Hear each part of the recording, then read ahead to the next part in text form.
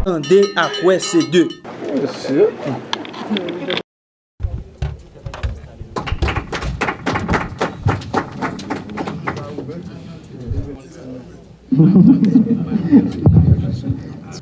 Vous prenez la tête d'un secteur vital pour le développement de notre pays. Les télécommunications constituent non seulement un levier économique majeur, représentant environ 25 à 27% de l'assiette fiscale nationale et générant plus de 20 000 emplois directs et indirects, mais elles sont également un pilier essentiel d'inclusion sociale, d'innovation et de modernisation.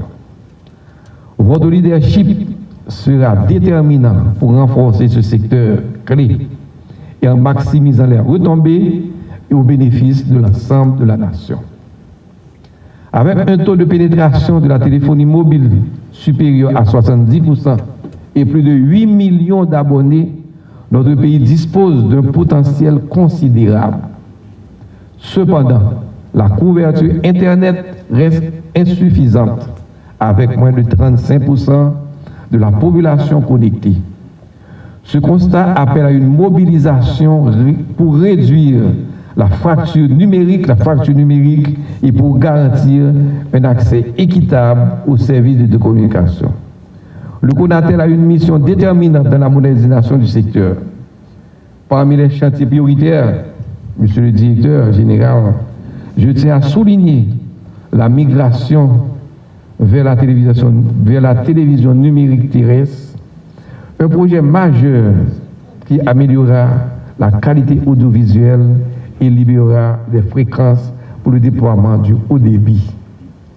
De plus, la professionnalisation des acteurs du secteur, notamment les techniciens de radiodiffusion, devra être renforcée afin d'assurer des standards de service de haut niveau.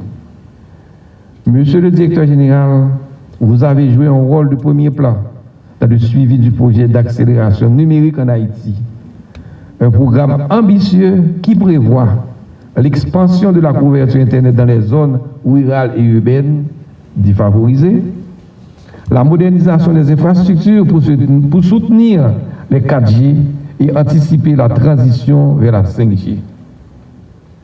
La formation de milliers de jeunes au métier numérique. Vous avez du boulot, Directeur général. Mettez canson dans la taille. Les retombées attendues sont significatives. Une augmentation de 15 à 20% du PIB liée au numérique, une réduction de la fracture numérique et une amélioration de la qualité de vie de la population. Toutefois, des défis persistent. La qualité des services de télécommunication demeure une préoccupation majeure en raison notamment des interférences nuisibles aux communications aéronautiques et des interruptions dues aux travaux publics. J'insiste sur la nécessité, quand je parle de travaux publics, ce n'est pas dire que le ministère, non seulement des travaux qu'on exécute sur la voie publique. Précision. Sur la nécessité d'établir une coordination entre les opérateurs et les acteurs concernés afin de minimiser ces perturbations. De plus, la régulation des tarifs est une question importante. Le CONATEL doit assurer un contrôle rigoureux pour garantir la transparence et la protection des consommateurs. Il est impératif que les indicateurs de qualité de service soient mesurés régulièrement et rendus accessibles au public. L'avenir du secteur repose également sur l'adaptation du cadre réglementaire aux nouvelles technologies pour réduire les coûts et améliorer la couverture réseau. De même, la gestion des tarifs d'interconnexion et l'optimisation du point d'échange d'Internet haïtien constituent des leviers importants pour le développement du secteur. Je lance un appel solennel aux employés du CONATEL pour vous apporter toute la collaboration possible.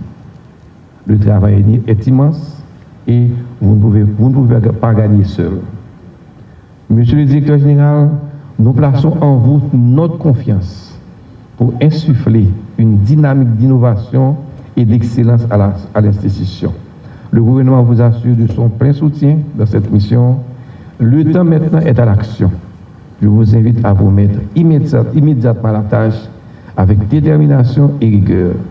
Je vous souhaite plein de succès dans votre nouvelle fonction. Merci. Qu'il soit remercié pour les nombreux services qu'il a rendus à notre institution, à tous les postes qu'il a occupés. Donc il vous a déjà parlé. Je tiens aussi à exprimer mes remerciements envers mes prédécesseurs, dont le travail continu au cours de 55 années passées a jeté les bases solides sur lesquelles repose cette institution.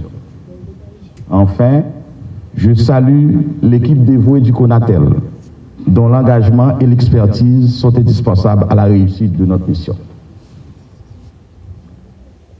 Les télécommunications sont un pilier essentiel du développement économique et social. Elles connectent les citoyens, facilitent l'accès à l'information, soutiennent l'éducation, la santé et stimulent l'innovation. Dans un monde de plus en plus numérique, il est impératif qu'Haïti ne soit pas laissé en marge de cette révolution technologique. Notre mission est de veiller à ce que chaque Haïtien, où il se trouve, puisse bénéficier d'un accès équitable et abordable aux services de télécommunication.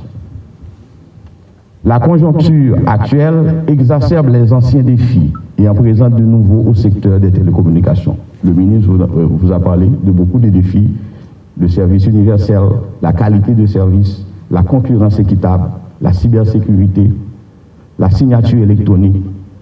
Le DG en a aussi souligné, n'en sont que quelques-uns. Sur le service universel, il est regrettable qu'à date, certaines zones rurales et reculées restent encore mal desservies.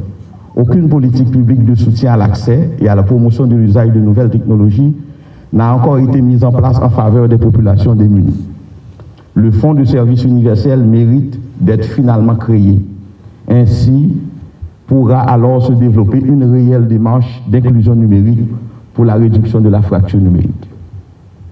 Sur la qualité de service, il faut reconnaître que les consommateurs méritent les services fiables et de haute qualité.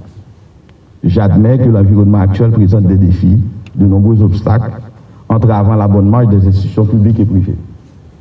Mais je crois que la régulation du secteur doit pouvoir se renforcer afin de mieux encadrer le respect des normes établies. La question de la qualité du service aura la plus grande attention de mon administration. Je vous le garantis, Monsieur le ministre. Un groupe de travail s'appliquera immédiatement à prendre les mesures nécessaires en vue de donner à la population les résultats attendus.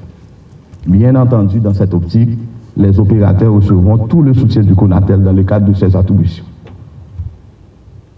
Le renforcement des capacités institutionnelles du CONATEL, que plus globalement nous appelons encore la réforme du secteur, sera pour moi une priorité. Le travail d'évolution du cadre légal, dont le ministre a souligné, doit se poursuivre, tenant compte des nouvelles dynamiques créées par le progrès technologique, comme par exemple l'avènement de l'intelligence artificielle. Le CONATEL doit être une institution de régulation moderne, performante et crédible, capable d'assurer une gouvernance efficace du secteur des télécommunications, en veillant à l'équilibre entre les intérêts des opérateurs, des consommateurs et de l'État.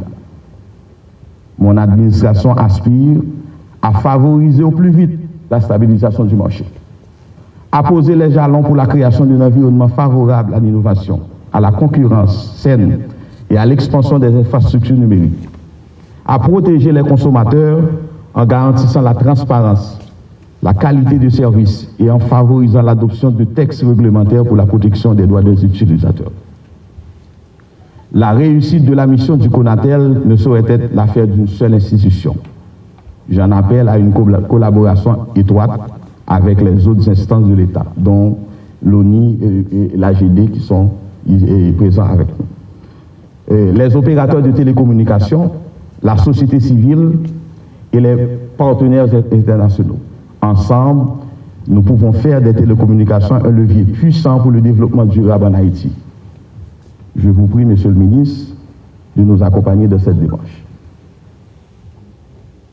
En conclusion, je veux réitérer mon engagement à servir avec intégrité, transparence et dévouement mon pays dans la nouvelle charge qui m'a été dévolue. Je crois fermement que, grâce à un effort collectif, nous pouvons surmonter l'adversité, transformer le paysage des télécommunications en Haïti et ouvrir de nouvelles opportunités pour la population. Que Dieu bénisse Haïti et guide nos actions pour le bien-être de tous. Merci.